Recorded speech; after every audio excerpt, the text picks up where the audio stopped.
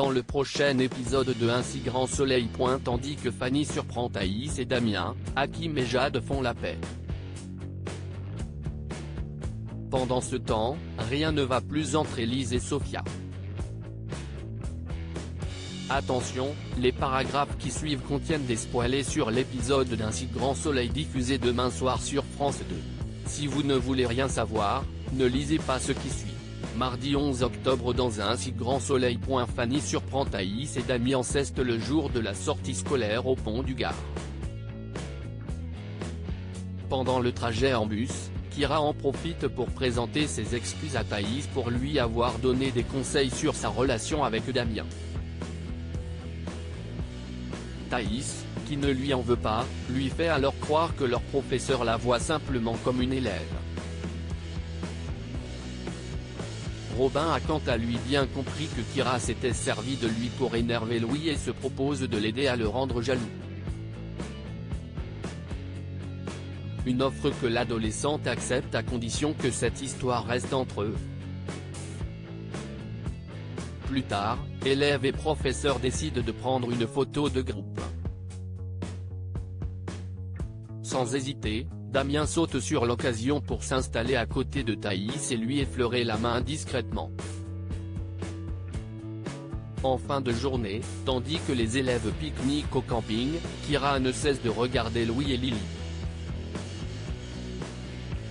Pour Robin, elle se fait du mal pour rien. D'ailleurs, il ajoute qu'il a déjà eu un coup de cœur pour un garçon pour lequel ce n'était pas réciproque.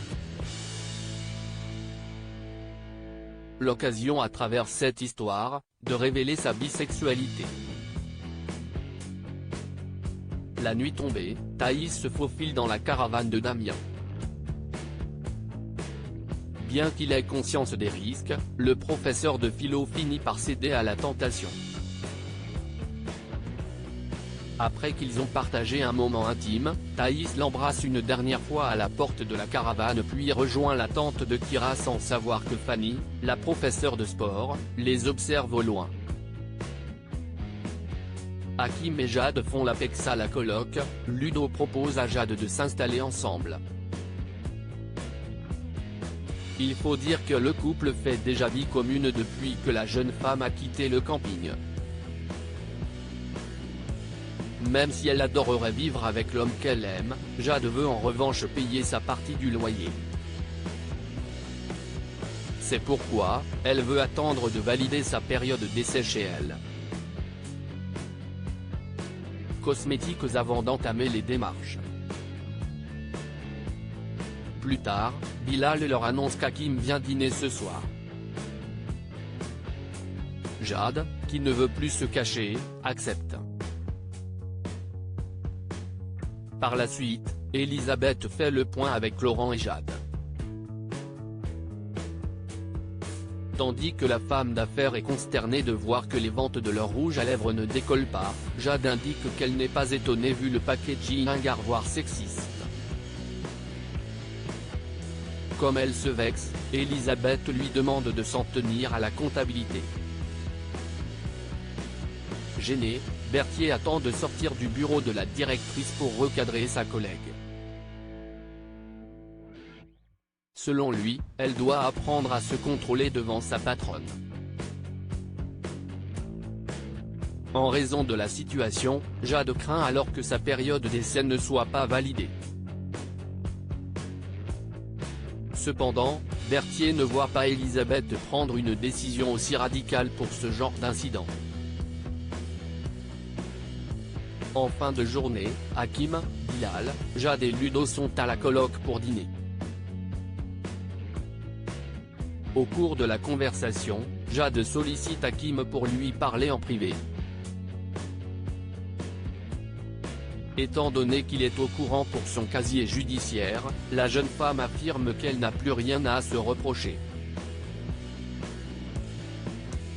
En effet, Jade n'est plus cette fille et souhaite désormais saisir cette seconde chance qui s'offre à elle pour vivre une vie tranquille. Hakim lui présente alors ses excuses et rigole même avec elle. Rien ne va plus entre Sofia et Ellie. Sofia est agacée. En effet, Elise a oublié d'emmener Charlie à la crèche. Bien que Sofia soit en retard pour aller travailler, la policière ne peut malheureusement pas quitter le commissariat. Elle propose donc à sa compagne d'emmener la petite à la crèche aujourd'hui puis promet de le faire le lendemain.